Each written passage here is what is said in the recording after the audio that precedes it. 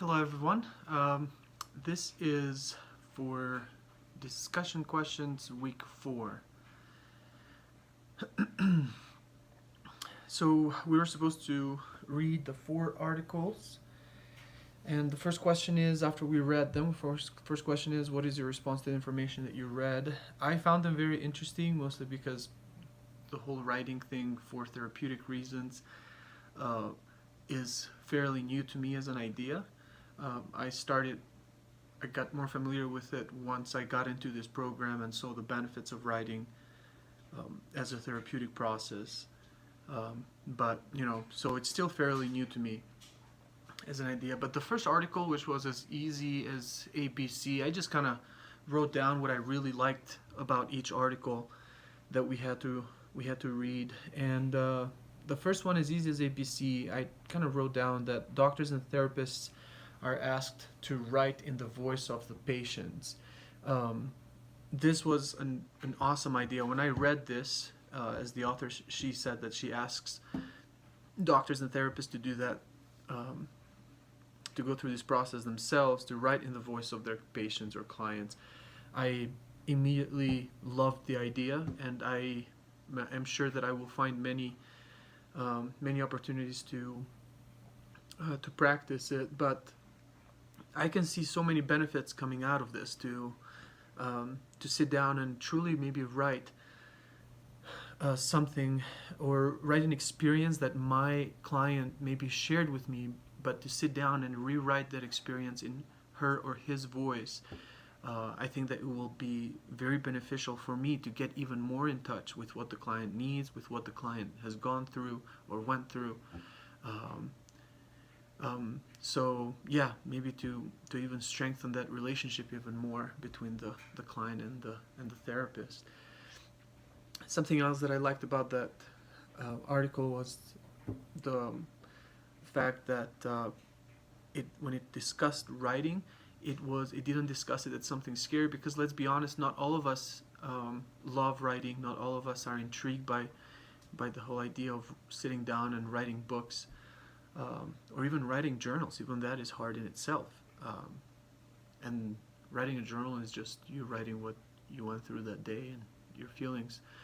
Um, but the way it discussed it, it said that you don't have to be a talented writer to benefit from therapeutic writing, or just writing in general, I would say. And just that right there, it helps people understand that this therapeutic writing process is for you and for you only. You don't have to be this amazing writer to be able to astonish many people, but this is just you writing for yourself and no one else. Um, the article continued to say, to throw out all the rules of writing, um, and one term that I like was mind dump, which the article described as to write for 6 minutes about whatever comes to our mind. We shouldn't worry about all of these writing rules, or about grammar, about spelling, about punctuation. Just write. Whatever comes to your mind, just write it on a piece of paper. And after we go through this process, or I would say after we get a little comfortable with this process, with the process of writing, or with the idea of writing, maybe then we can find something that is more concrete, that is more real to us, that it pertains to our reality. Um, and yeah, and this is in a way how the therapeutic writing process changes in itself, from writing a journal every night before we go to bed. This is how I would say this is what one of the differences is, as the article pointed out itself. The other article, the healthy benefits of writing. Uh, yeah, the first thing that I liked was, or the main thing that I liked was how it mentioned that it improves your immune system, and it went on to even give us links to articles or to the studies that were associated with these claims. These so advantages occur as a result of investigating your past and then putting your thoughts into words. Your immune system becomes stronger when unresolved, previously unexplored incidents are revealed. A lot of the stress that we go through as people, I would say it comes because we don't know how to process whatever has happened or whatever we are going through. We don't know how to handle a certain situation, and what we don't understand scares us, and what scares us, of course, stresses us, and that is when the immune system gets affected. I'm sure that we've all had the chance to read at some point, that stress affects our immune system. People that suffer from stress or deal with stress at a regular basis tend to get sick more often and things like that. I'm sure that we've all read articles that prove that or that have studied that topic. The other claim that the article made, that it reduces anxiety levels. So when you write, the article said, you expose the truth. Telling the truth extinguishes the emotional burden of secrecy. Keeping a secret is incredibly hard. Keeping a secret involves a lot of mental effort. It really does. And that mental effort, if we are mentally exhausted, it will translate eventually into physical exhaustion as well. I don't know how many of you have experienced this, but I can say firsthand that when I have had to deal with a secret that I knew that affected the lives of someone that I loved, and I couldn't share that information, I know firsthand that yes, it is exhausting. It definitely is. But a lot of times what I would say is that secret itself, it might be about us, is a secret that we are trying to avoid, is a secret that we are trying to keep even from ourselves, that we go through our life and we know something to be true, we know something that we don't need, we know that something is a stressor for us, or something that we do need to change in our life to get better. However, we don't because sometimes it's hard to reveal, it's hard to accept that secret that we are trying to keep from ourselves.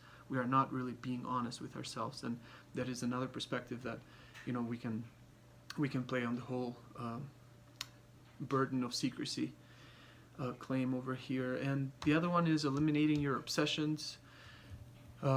Obsessions may be caused by unanswered questions. When your mind is busy asking why, your focus becomes restricted to that one subject. At one point of our lives, I think most of us, I would say, have become obsessed with something, especially when you simplify it to just asking why. Why is this happening to me? Why am I like this? Why did I do this? Why didn't I do that? It can very easily become an obsession depending on the type of personality that we have. And so writing it down and being able to, just release that, get it off of our mind and seeing it on paper, it helps us process, it helps us get rid of it. And maybe sometimes it even helps us understand how pointless and worthless it is to continue to fixate and obsess over this thing. So I did agree with the article on that. When you write, you safely summarize, organize, and then explain your past. I really like this. I wrote this sentence down because I really liked when it said you safely summarize. We must remember that therapeutic writing, it's all about safety. Just like we want our client to feel safe when they are in a meeting with us, in an appointment with us, it's the same thing. It is the same thing that someone is writing down, safely summarizing, writing down their, whatever they might be struggling with at the moment, or whatever their mind is telling them to write down. So that feeling of safety is, I would say, it's the most important thing, the most important step, so that the next steps that come after that are efficient. The other article, The Writing Cure, Poetry as a Tool for Self-Expression. I just wrote down a couple of things here that kind of stayed with me. The very first sentence of the article was the main, honestly, everything I read after that, I connected with the first sentence, which was, the purpose of a book is to serve as an axe for the frozen sea within us. I really love that. I had never read that quote before, but if we were to replace the word book with journal or therapeutic writing or just writing in general, absolutely. There are emotions that we sometimes don't want to deal with, and we avoid them. We try and push them all the way to the very back of our minds, and through writing, through using the acts of writing, we can break the frozen emotions that we have within us, those emotions and those events that we don't want to think about, but of course they're not healthy. Absolutely, they're not healthy. The other quote that I liked was, the first quote I should say is from Annie Dillard, and the other one was from Kenneth Burke, an American literary theorist. Said that stories are equipment for living. So this suggests that our language and the stories we are able to create with it are essential human needs, like foods and shelter. We are a social species. When it comes to language, I can say that as someone that is not native to this country, of course, language is a tool for me to adapt better to a different culture. But I don't know if many people have had the chance to travel around the world. I can promise you, because I've experienced this firsthand, when we actually learn a new language and when we go to a culture and speak their language, I can promise you that it will be easier for you to understand that culture. It will be easier for you to see through the native's eyes wherever you are. It was easier for me to adapt to the American culture once I learned to speak English. It was easier for me to appreciate the Italian culture once I went there and learned and spoke Italian, and and so on and so on. It definitely is a tool that we can use to get closer to each other and to understand each other better. The other article, Finding the Words to Say, The Healing Power of Poetry. Let's see, the article mentions how a letter between two friends that are fighting can heal the wound, or a wound, whatever is keeping them apart. I had a chance to use writing during my clinical internship with one of my clients.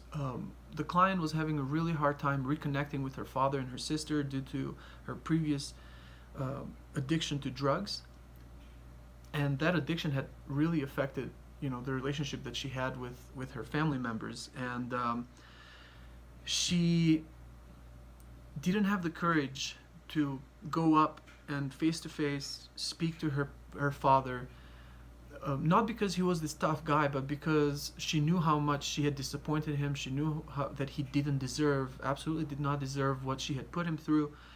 And that is when I asked her to, everything that she would write to, or everything that she would have to say to her dad, I asked her to write it down in a letter. She wrote that letter, and for 2 or 3 weeks after that, I asked her to kind of go back to the letter and change little things here and there, and to reread it and maybe rewrite parts of it.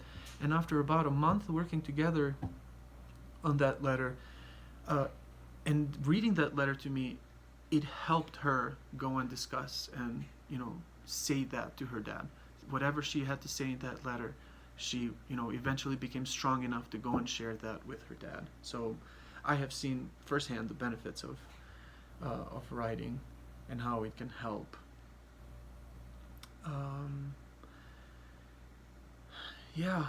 Let's see, those are kind of the best, or the main things that I like the most out of the articles.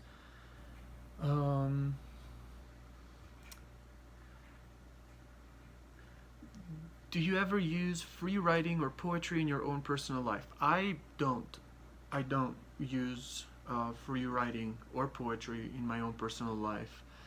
And is this something that you have learned to do before. I haven't. I really have not.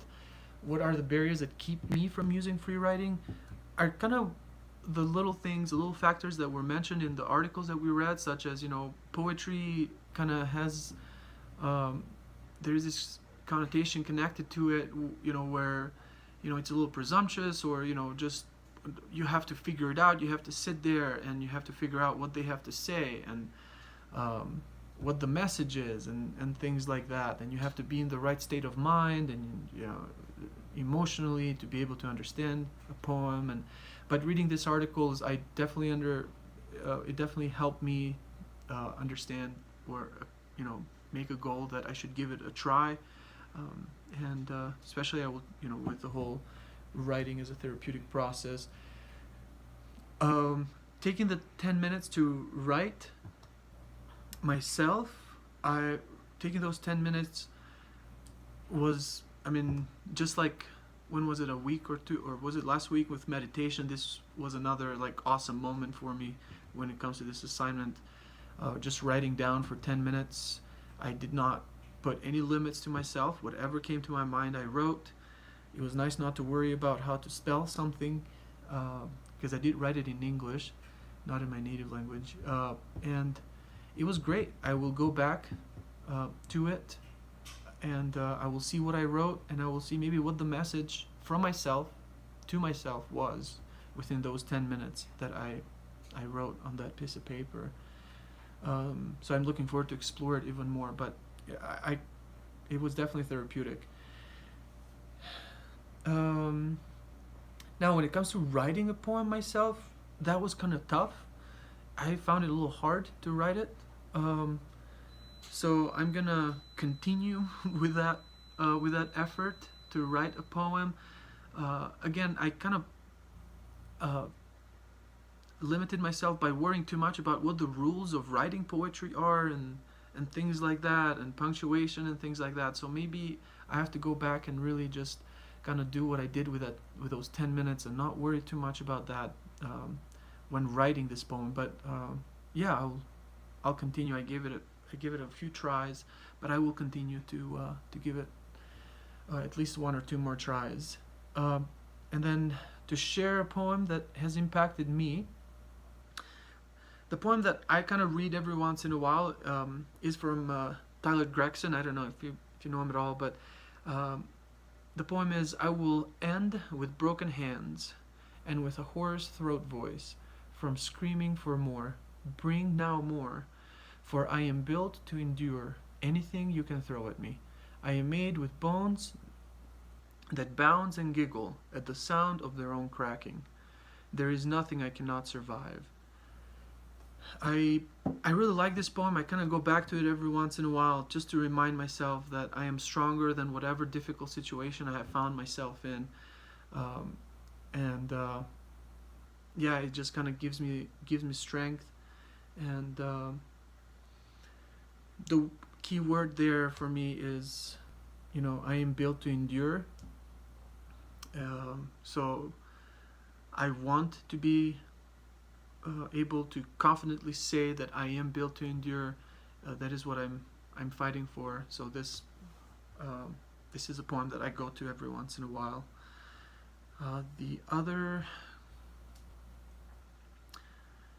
So the two activities that I chose from the Padlet, one activity was for me to do something that I haven't done before. Like, for example, it's weird, I live in Jackson, Wyoming, and I've never been horseback riding, so I'm gonna try and do that. I'm gonna try and find some time.